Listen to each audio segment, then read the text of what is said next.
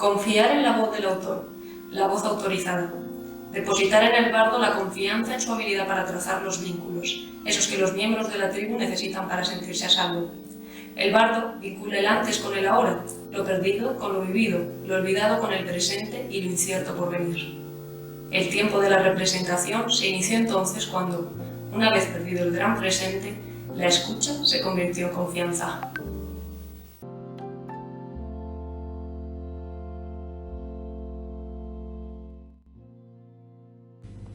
Creemos que España se debe construir con la colaboración de la derecha y la izquierda, aunque defendemos un modelo de sociedad diferente.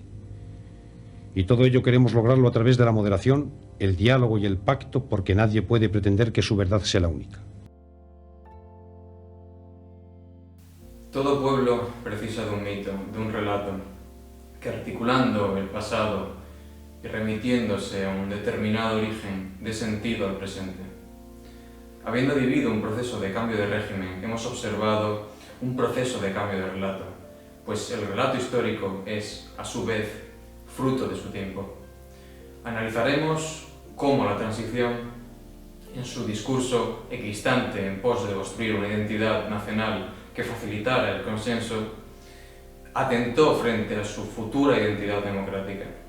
Para exponerlo, recurriré al cristalino ejemplo que ofrecen Jesús Izquierdo Martín y Pablo Sánchez León en la guerra que nos han contado. Esos autores aluden a una estela conmemorativa que se encontraba en su instituto, cuyo periplo, cuyo cambio, ilustra adecuadamente los distintos cambios de relato que encontramos en la transición. En el primer recuerdo que conservan de dicha estela, esto decía: este edificio, destrozado por las hordas marxistas en nuestra guerra de liberación nacional, fue reconstruido por el generalísimo Francisco Franco, siendo ministro de Educación don José Ibáñez Martín, 1939, arriba España. En algún momento, en el año 1970, entre el año 1970 y el 1975, es decir, antes aún del cambio de régimen, esta estela fue cambiada, falsificando el año de su colocación por la siguiente.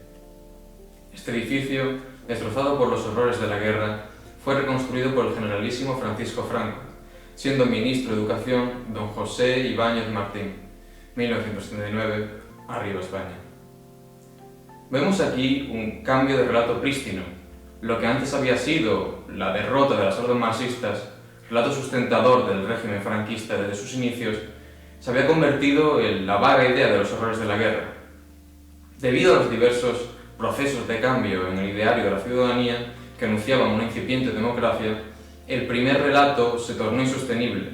De este modo, fue intercambiado ya desde el propio régimen por la abstracta alusión a los horrores de la guerra, entendida dentro de un discurso generalizado como una irracionalidad transitoria o como un fracaso de civilización, tal y como fuera caracterizado por el historiador José María Jover.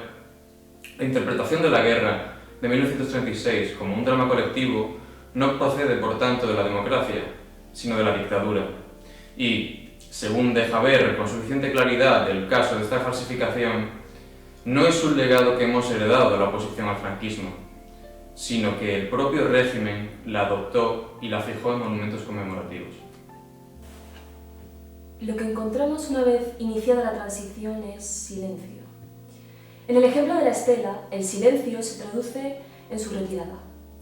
Una vez se eliminó la placa franquista, no se procedió a colocar una nueva que permitiera ilustrar o hacer justicia sobre el origen o los detonantes de esos horrores que, como todos sabemos, trae la guerra, sino que simplemente se dejó el lugar vacío. Esta táctica del silencio fue la que llevó a cabo la transición, tratando de eludir las tensiones que constituían en su momento al pueblo español en pos del consenso, evitando señalar víctimas y victimarios, otorgando a todos la condición de víctima. El miedo a repetir la guerra fue uno de los factores que influyeron decisivamente en la llegada de la democracia. En la transición democrática hubo varios pactos, varios acuerdos, ¿no? Explícitos e implícitos, pero uno de ellos fue: nosotros los españoles no queremos mirar hacia el pasado, no queremos repetir las querellas del pasado, lo que queremos es mirar hacia adelante, construir un país hacia adelante. Y dejemos otras cosas para los historiadores, no hagamos de eso otra vez peleas políticas. Se confió en que la legitimidad democrática fuera suficiente para eliminar los vestigios del régimen anterior, no elaborándose un nuevo relato, sino perpetuando el relato de la guerra como un conflicto fratricida, o un error colectivo, o fracaso de civilización, sobre el cual se imponía la ley de la amnesia colectiva, el silencio y la equidistancia, como contraparte discursiva de un mismo proceso institucional materializado, por ejemplo, en la ley de amnistía. Lo que planificaron los padres de la Constitución española es que el franquismo fuera una especie de crimen perfecto. O sea, hemos asesinado a cientos de miles, hemos hecho burradas, hemos detenido a 500.000 de personas, hemos mandado al exilio a otro 500.000, nos hemos quedado con miles de propiedades y ahora vamos a fundar una democracia y aquí no ha pasado nada. Por más que resulte muy normal que se pueda sentir conmiseración por cualquier víctima de la violencia y el terror, es evidente que igualar a las víctimas desde un punto de vista moral puede ser una operación con efectos secundarios de riesgo. La igualación de las víctimas puede implicar igualar las causas por las cuales murieron o padecieron privación de libertad.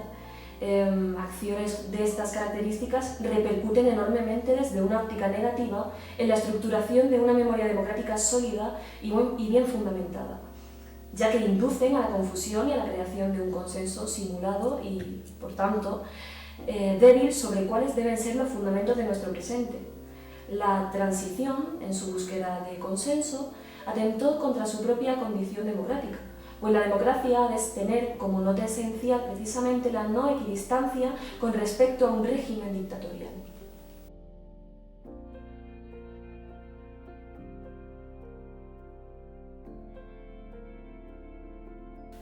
Y, sin embargo, ese aparente consenso colapsó. La larga lucha de las asociaciones memorialistas de las víctimas de la represión acaecida durante la Guerra Civil y el franquismo empujó al Ejecutivo Socialista de José Luis Rodríguez Zapatero a la elaboración de la conocida popularmente como Ley de Memoria Histórica, aprobada en 2007 con la destacada oposición del Partido Popular. Esta ley, en su exposición de motivos, aboga por el espíritu de reconciliación y concordia entre los españoles que habría guiado la transición, buscando contribuir a cerrar heridas todavía abiertas en la sociedad española a través del reconocimiento de todas las víctimas y el derecho individual a la memoria personal y familiar. Las principales medidas de esta ley son la declaración como ilegítimo de tribunales y condenas de carácter político durante la Guerra Civil y la dictadura, la no asunción directa por parte del Estado de la exhumación de fosas comunes, sino a través de la subvención a individuos y asociaciones, la retirada de símbolos franquistas o el establecimiento de ciertas indemnizaciones a víctimas y familiares. Para conocer el impacto de la ley en la sociedad española, resulta significativo el estudio del Centro de Investigaciones Sociológicas realizado en abril de 2008. Pese a que en torno a un 70% de los encuestados consideraba la transmisión en el seno familiar y en el sistema educativo de la memoria de la guerra y la dictadura como poca o ninguna, sí que se considera muy vivo su recuerdo. A pesar de una identificación familiar e ideológica con el bando nacional bastante reducida y un reconocimiento mayoritario de los actos criminales del franquismo, además de una defensa absoluta de la democracia, casi un 60% de los encuestados manifiesta estar de acuerdo con que en el franquismo hubo cosas buenas y cosas malas. Hay un apoyo grande, incluso masivo, al reconocimiento de todas las víctimas, aunque en menor medida se entiende de justicia el que las familias puedan enterrar a sus muertos. Este apoyo decae, sin embargo, respecto de retirar símbolos franquistas o que se juzgue a las autoridades que llevaron a cabo violaciones contra los derechos humanos durante el franquismo, llegando incluso a ganar ligeramente el no al establecimiento de comisiones de investigación independientes de las violaciones de los derechos humanos de la Guerra Civil o del franquismo. Esta ley de memoria histórica nace con un apoyo social moderado, considerándose como necesaria, pero hay un notable porcentaje de la población, que suele situarse por debajo del 30%, que entiende que no hay que resucitar rencores y se opone a ella. La ley, por tanto, fracasa en su intento de construir consenso. Para algunos se queda corta.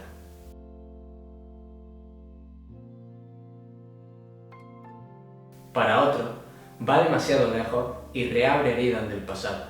Yo tengo que decir que la memoria histórica en este momento, desenterrar fosas, yo estoy con la familia García Lorca, para entendernos.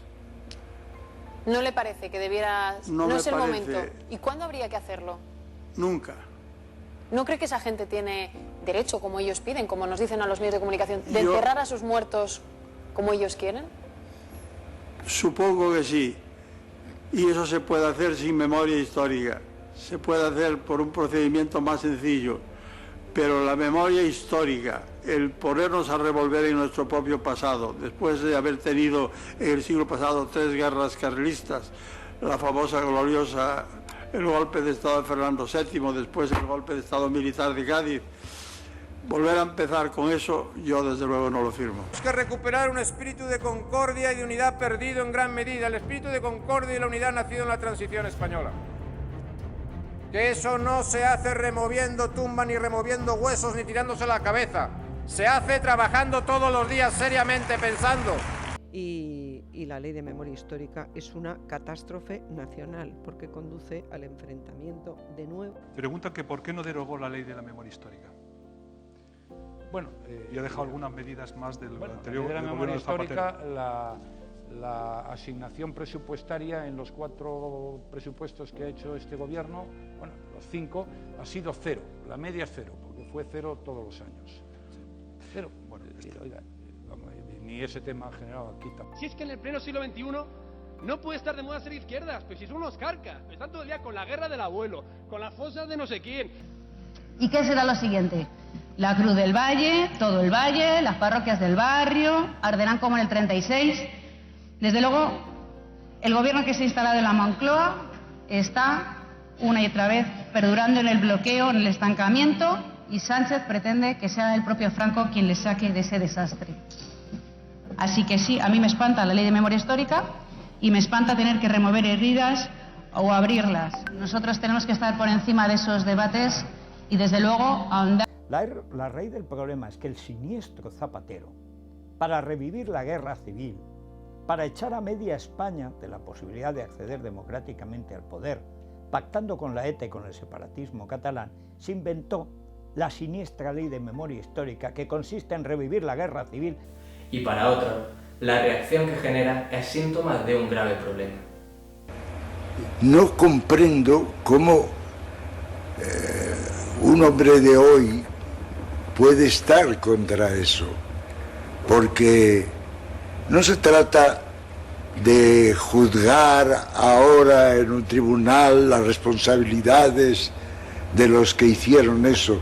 Los que hicieron eso están muertos, la mayor parte de ellos, todos seguramente, pero se trata de rehabilitar, de reivindicar el honor y la dignidad de gentes que están enterradas ahí. A algunos les molesta hablar de memoria histórica, porque hablar de memoria histórica no es hablar, como dijo un desaprensivo, de las batallas del abuelo, es hablar de lo mejor de nuestro país, de los que lucharon y las que lucharon por lo que hoy todo el mundo reconoce que significa democracia, justicia social, reforma agraria, que las mujeres podrían votar, igualdad, servicios públicos. En última instancia, bueno, que las cosas buenas no solamente fueran para los de arriba, y que fueran para todo el mundo. Por eso me siento muy orgulloso de ser español, no porque identifique mi país con reyes, con conquistadores o con caballeros templarios, sino porque lo mejor de la historia de mi patria son nombres de hombres y mujeres anónimos que se jugaron la vida, que perdieron la libertad por darnos una sociedad mejor. Lejos de acallarse, el debate parece haber aumentado en los últimos años. ¿Supone el fracaso de la ley de memoria histórica la imposibilidad de construir una identidad nacional? En 2020, el gobierno de coalición elaboró un nuevo proyecto de ley por el que pretendía reformular el relato bajo un nuevo prisma, la memoria democrática. ¿Conseguirá la nueva propuesta de ley de memoria democrática cerrar las heridas que afligen a España?